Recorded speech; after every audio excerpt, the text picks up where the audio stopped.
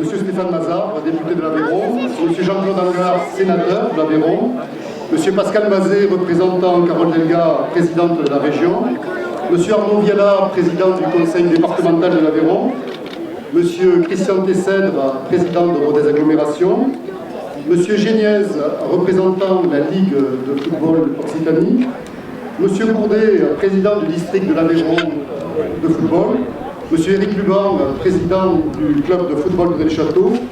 Mesdames et messieurs, bonjour et très heureux, vraiment très heureux de vous accueillir aujourd'hui, enfin, dans le stade d'honneur de Nez-le-Château, qui attend depuis plus d'un an cette inauguration bloquée par la crise sanitaire qui nous frappe. Tout d'abord, je tiens à revenir un petit peu sur le constat qui nous a amené à créer un stade, un complexe sportif à la Roque. Il s'avérait que le stade d'honneur de Nez-le-Château était doté d'infrastructures particulièrement obsolètes qu'il était nécessaire de revoir de fond en comble. Et que le cœur des 4 saisons ne bénéficiait pas d'un espace digne de ce nom. Et il a donc fallu, à partir de cela, avoir une volonté, la volonté de déplacer le stade d'honneur, de l'implanter ailleurs, et à la place de créer des infrastructures qui répondent aux habitants de Nez-le-Château, et plus particulièrement des 4 saisons. C'est pour ça que sur les 2,5 hectares libérés par le stade, nous avons implanté l'Athirium, une maison de santé, un parc urbain de 1,7 hectare et bien d'autres équipements à venir. Cette volonté, elle a permis aussi de repérer un site. Le choix du site, il n'a pas été fait au hasard. Il fallait avoir un complexe sportif à équidistance des complexes de foot du Colombier et des Costes Rouges. Il fallait que les accès routiers soient aisés et il fallait aussi essayer de revaloriser le site de la Roque. C'est pour ça qu'on a créé successivement un stade synthétique particulièrement prisé. Et ce stade d'honneur qui a été conçu pour répondre aux attentes des plus exigeants. C'est un stade sécurisé. Il va être doté d'un dispositif de vidéoprotection. Il y a pour les dirigeants, les arbitres et les joueurs un parking spécifique. Il y a un vestiaire qui est délibérément éloigné de la tribune pour éviter toute problématique.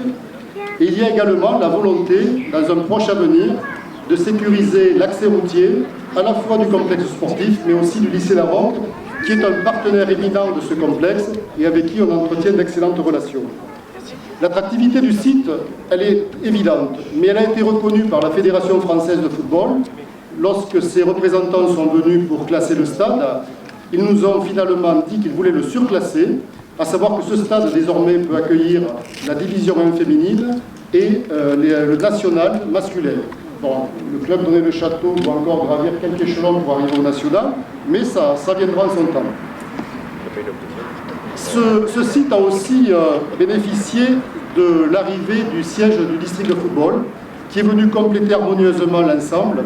Et je dois dire que lorsqu'il y a de cela 1 an et demi, j'ai fait visiter à un investisseur sur la commune l'ensemble des équipements.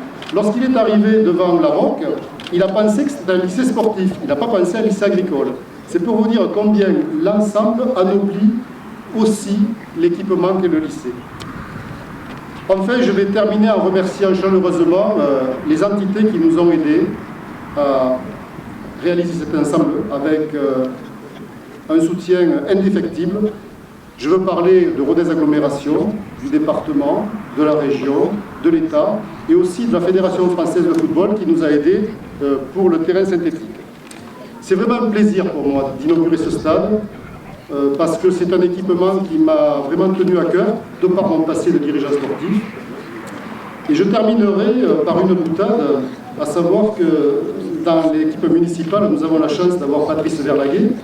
Outre ses qualités naturelles de directeur général adjoint, c'est aussi un excellent prévisionniste météo.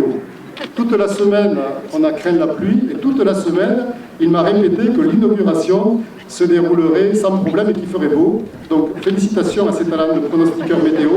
Elles ne sont pas à la hauteur de ces pronostics de sportifs, surtout pour Monaco, il se trompe régulièrement. Mais je tiens quand même à le remercier parce qu'il m'a redonné le courage. Bien, merci à toutes et à tous, et encore bienvenue au Stade d'honneur de Nez-le-Château.